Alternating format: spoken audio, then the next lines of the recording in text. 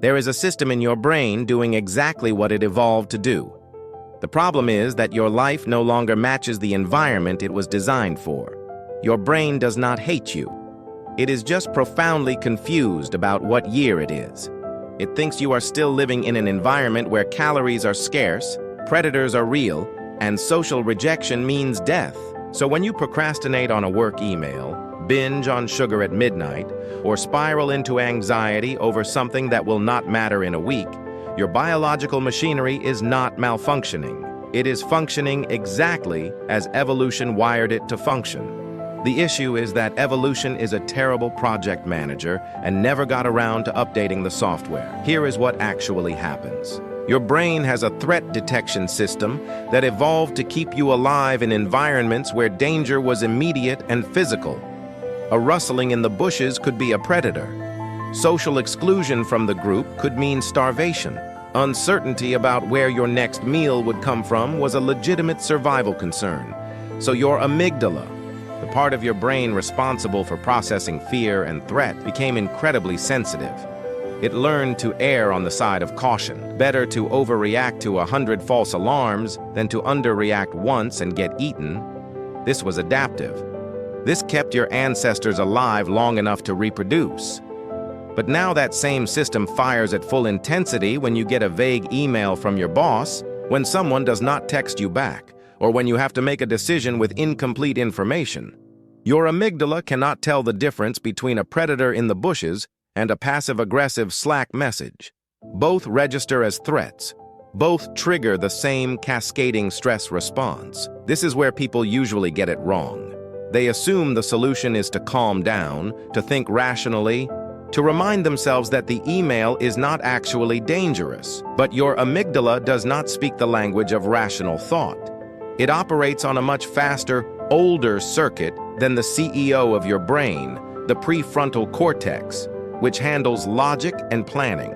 By the time your prefrontal cortex has assessed the situation and determined there is no real threat, your amygdala has already flooded your system with cortisol, elevated your heart rate, and primed your body for fight or flight.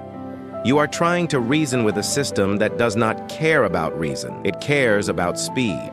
And in evolutionary terms, speed mattered more than accuracy. Now add another layer.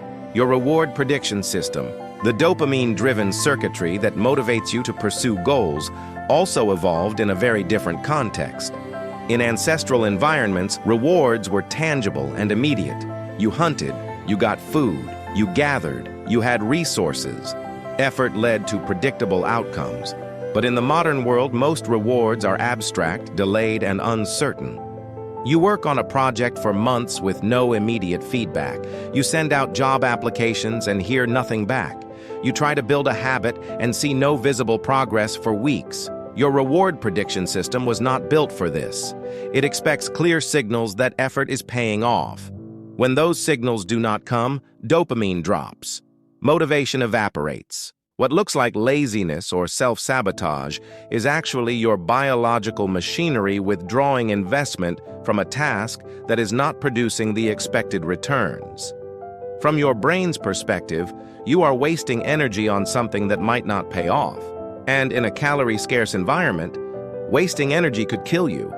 Here is the uncomfortable part. Your brain is also wired to prioritize short-term survival over long-term optimization. If you are stressed, hungry, or sleep-deprived, the CEO of your brain goes offline first. The prefrontal cortex is metabolically expensive. It requires a lot of glucose and oxygen to function. When your body perceives scarcity, whether that is lack of sleep, chronic stress, or even just decision fatigue, it pulls resources away from the prefrontal cortex and redirects them to the older, more automatic systems.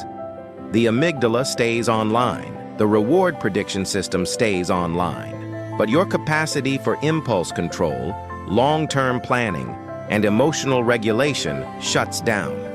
This is why you make terrible decisions when you are tired. This is why you reach for junk food when you are stressed. This is why you doom scroll at night instead of going to bed.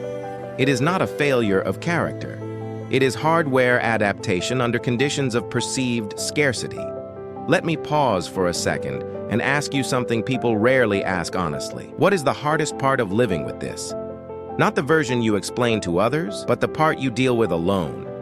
If you feel comfortable, leave a comment. Not for advice, just to name it. You would be surprised how many people are carrying the same thing quietly.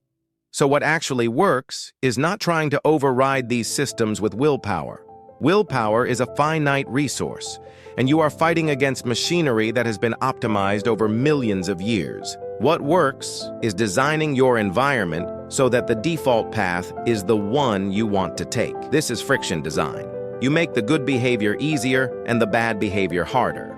Not impossible, just harder. If you want to stop checking your phone first thing in the morning, you do not rely on discipline. You put your phone in another room before you go to bed. You add one extra step of friction. Your brain, which is lazy by design because conserving energy was adaptive, will take the path of least resistance. If the path of least resistance is not grabbing your phone, you win. If you want to eat better, you do not stock junk food and then try to resist it. You remove it from your environment. You do not test your prefrontal cortex against your amygdala when your amygdala is holding all the cards. You change the game. The mistake people make with friction design is thinking it has to be extreme. They throw out all their junk food, delete all their apps, commit to waking up at 5 in the morning. This fails because it creates too much friction in the wrong direction. Your brain perceives this as scarcity and deprivation, which triggers stress toxicity, which shuts down the prefrontal cortex, which makes you more impulsive, which leads you straight back to the behavior you were trying to avoid. The protocol that actually works is micro-friction. One small obstacle between you and the behavior you want to change. Not a wall, just a speed bump. You are not trying to make the behavior impossible. You are trying to buy your prefrontal cortex 3 extra seconds to come back online and make a deliberate choice instead of an automatic one. The second protocol is managing stress toxicity through context, not through force of willpower. Chronic stress keeps your amygdala hyperactive and your prefrontal cortex suppressed. This is not something you can think your way out of. You cannot meditate away a genuinely stressful life, but you can create pockets of safety that signal to your biological machinery that you are not under immediate threat. This is why routine works. Routine is boring, but boring is the point.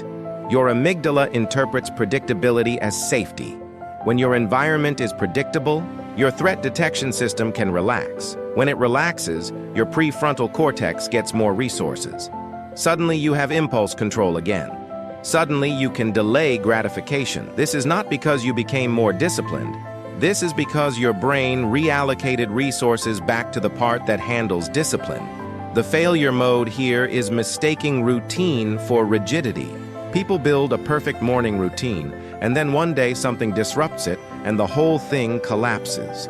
This happens because they are treating routine as a rule instead of as a signal. The point of routine is not to follow it perfectly. The point is to send your amygdala a signal that the environment is stable. If your routine gets disrupted, you do not need to panic. You just need to re-establish predictability as quickly as possible. Maybe that is a 5-minute version of your usual routine. Maybe that is just one anchor behavior that signals to your brain that things are under control. The content matters less than the consistency of the signal. If this made sense to you, it is not because you are broken. It is because your brain is doing exactly what it evolved to do in the wrong environment. Understanding that does not fix everything, but it gives you leverage, and leverage is where real change starts. If this way of thinking helps you see yourself more clearly,